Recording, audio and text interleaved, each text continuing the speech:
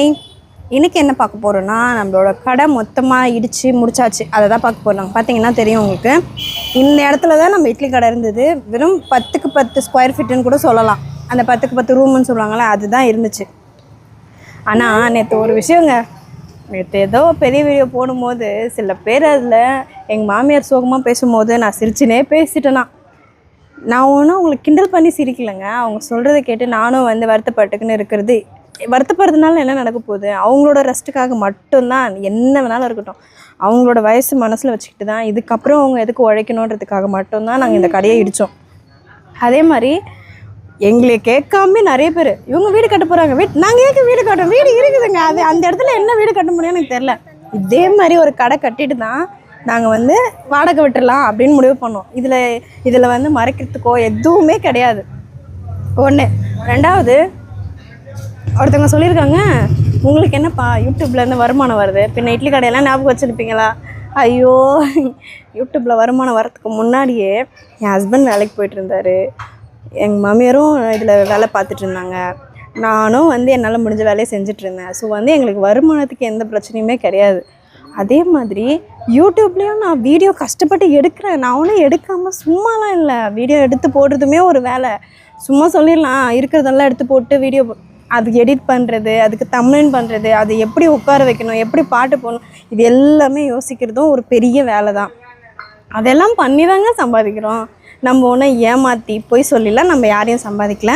அது ஒரு விஷயம். நான் சிரிக்கிறத வச்சு தான் எல்லோரும் ரொம்ப வருத்தப்பட்டீங்க. நிஜமாக நான் அவங்களுக்கு கிண்டல் பண்ணியோ இது முடிஞ்சிருச்சு எனக்கு என்ன சந்தோஷம் இருக்குது? அதில் எனக்கு ஒரு பெருசாக வேலையே கிடையாது. அப்புறம் எல்லாம் நீ பண்ண மாதிரியே காமிச்சேன். நான் பண்ண வேலையை தான் நான் காமிச்சேன். அதில் நான் இட்லி சுடுவேன், சமங்கல் ஒரு வேலை இருந்தது, சாப்பாடு செய்கிற இதுதான் நான் காமிச்சிருப்பேன். நான் வடகரி செய்கிற மாதிரியே, நான் சட்னி போடுற மாதிரியே நான் காமிச்சதே கிடையாது. அவங்க தான் செய்வாங்க, நான் நிறைய வாட்டி சொல்லிட்டேன். அதெல்லாம் நிறைய பேர் டவுட் கேட்டிருந்தாங்க. சரியா, அதை கேட்டிருந்தாங்க. அடுத்தது இந்த இந்த இடம் தான், அந்த இடத்த காட்டிட்டுங்க, அதுதாங்க அந்த இடம். இங்கே தான் எங்கள் ரூம் இருந்துச்சு. அதாவது அந்த இட்லி கடை சமையல் கட்டு இருந்துச்சு. இங்கே தான் திருப்பி நாங்கள் கட்ட போகிறோம். உண்மை தான், கட்டிட்டு வாடகை விட போகிறோம். ஏன்னா அதில் அது அந்த இடம் சும்மா தான் இருக்க போகுது. அது ஒரு கடையாக கட்டினாலாவது வாடகை விடல் அப்படின்ற ஒரு இடம் தான்.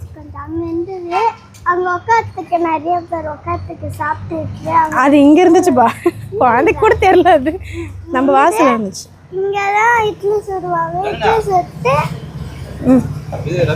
இங்கே மறுபடியும் கடை கட்ட போகிறோம். ஆளுங்க வச்சா வேஸ்ட்டுன்ட்டு நாங்களே எல்லா வேலையும் பார்க்க ஆரம்பிச்சிட்டோம். குழந்தை பார்த்தீங்களா, மண்வெடிலாம் வச்சுட்டு நின்று இருக்கு. அந்த குழந்தையும் வேலை செய்யும். அந்த குழந்தைக்கு இப்போ ரெஸ்ட்டு, சாப்பிட்டதுனால ரெஸ்ட் விட்டுக்கிறோம். ஒன்றும் இல்லை.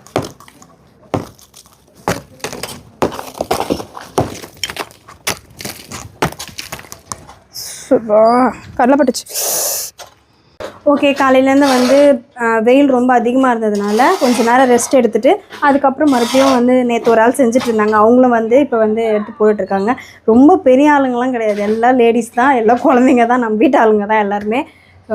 இதில் ரொம்ப அதிகமான வேலை யாருக்குன்னு பார்த்தீங்கன்னா எங்கள் மாமியாருக்கு மட்டும்தான். ரொம்ப என்னதுப்பா எப்பா நீங்கள் வேறப்பா, நான் சொல்கிறது லேடிஸ் மட்டும் சொல்கிறேன். வயசான காலத்தில் அவங்க செய்கிறது ரொம்ப பெரிய விஷயம்.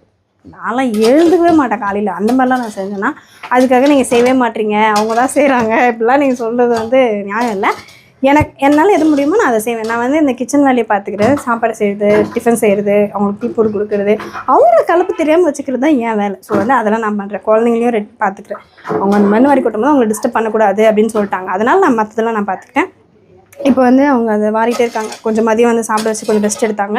மறுபடியும் போயிட்டு வெயில் இல்லாதப்போ தான் செய்ய முடியும், ஏன்னா வெயிலில் செய்ய முடியாது. ஸோ அதனால் கொஞ்சம் இப்போ தான் ஆரம்பித்தாங்க. அதுக்குள்ளே எங்கள் நாத்தனார் பசங்க 2 பேரும் வந்துட்டாங்க கல் தூக்க. இவங்க செஸ் கிளாஸ் போனதுக்காக ரெடி ஆகிட்டுருக்காங்க. இது மட்டும் நம்ம இல்லைன்னு சொல்லிட்டோம் உடனே கொடுக்குன்னு ஓடி நான் ஒன்று நின்றுவாங்க, நானும் போகிறேன்னு சொல்லிட்டு. ஸோ தேறிட்டோம். என்ன குழந்தைங்களை கஷ்டப்படுது அப்படிலாம் கிடையாது, குழந்தைங்க தான் இன்ட்ரெஸ்ட் எடுத்து நானும் செய்வேன் அப்படின்னு சொல்கிறாங்க. ஸோ எதுனாலனா நம்ம கஷ்டத்தை அவங்களும் புரிஞ்சுக்கிறாங்க, நானும் செய்வேன் அப்படின்னு ஆர்வமாக இருக்காங்க. அதனால தான் 2 குழந்தைங்களும் செஞ்சுருக்குது. இவங்களுமே செய்வாங்க. வேலை முடிஞ்சிச்சு, அதனால் இப்போ டீ பிரேக். நான் தான் டீ போட்டு கொடுக்குறேன். என்ன தான் வேலை செய்யல நான் தான் டீ போட்டு கொடுக்குறேன், பிஸ்கெட் வாங்கி கொடுக்குறேன். இந்த மாதிரி சின்ன சின்ன வேலைலாம் நான் தான் பண்ணுறேன். நிறைய பேர் வேறு எதுனா பண்ணுறது. நிறைய பேர் வெறும் இட்லி கடை மட்டும் தானே பார்த்தீங்க. அதில் நிறைய விஷயம் இருக்குது, நிறைய அனுபவம் இருக்குது, நிறைய மெமரிஸ் இருக்குது. அந்த மெமரிக்கான முதல் காரணம் இவங்க தான். அது என்னன்னு கேட்டலாமா? சொல்லுங்கள். டிஃபன் கிடையாது. டிஃபன் கடைன்றது எல்லாருக்கும் தெரியும். ஒரே நிமிஷம் அங்கிட்ட மைக் இல்லை, கேட்காது. சொல்லலாமா? இந்த சின்ன ரூமில் தான் 10 வருஷமாக இருந்தேன். ஒரு டிவி, ஒரு கிச்சன், ஒவ்வொரு வீடு கட்டுறேன். சைஸாக பார்த்தோன்னா அதான் 7 அடி 10 அடி நீட்டு. அதாம்மா 9 அடி குறுக்கு இருக்கும், 9 அடி அகலம். இப்போ கரெக்டாக சொல்கிறாங்க பேர். அதுதான் 10 வருஷமாக இருந்தேன். 2 பசங்க. 10 வருஷத்துக்கு மேலே தான் இருக்கும், கம்மியாகணும் இருக்காது. அது ஒரு ஞாபகம் என்னன்னா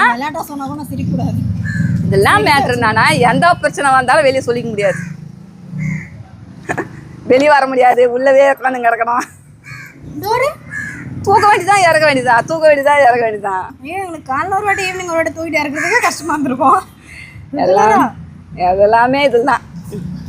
நேற்று நீங்கள் சொல்லிருந்தீங்கல்ல, நான் வந்து சிரிச்சிட்டேனா, நீ எப்படி சிரிக்கலாம், அவங்க சொல்லினுக்கிறாங்க ஃபீலிங்காக. நீங்கள் நான் சிரிக்கவே இல்லை. நானும் அந்த வீடியோ போய் பார்க்குறேன், என்ன நான் சிரிச்சிட்டேன் நானுன்ட்டு. நான் சிரிக்கவே இல்லை, என்ன சிரிச்சேன் நான்? இவங்க எதுவும் இப்படி தான் சொல்கிறாங்கன்னு எனக்கு ஒன்றும் புரியல. நம்மளாம் ஒன்றும் இல்லை, கஷ்டம் தானே. இப்போதைக்கு இதை நினச்சா இப்போதைக்கு ஆதரவு கொடுத்த இடம்ன்றது ரொம்ப கஷ்டமாக இருந்தது. மைக் கார்டு கொடுத்துருங்க. இடிக்கணும்னா இது கஷ்டமாக இருக்குது. ஏதோ நான் கட்டித்தரேன் எங்கள் பையன் சொன்னான், சரின்னு அதோட விட்டுட்டா.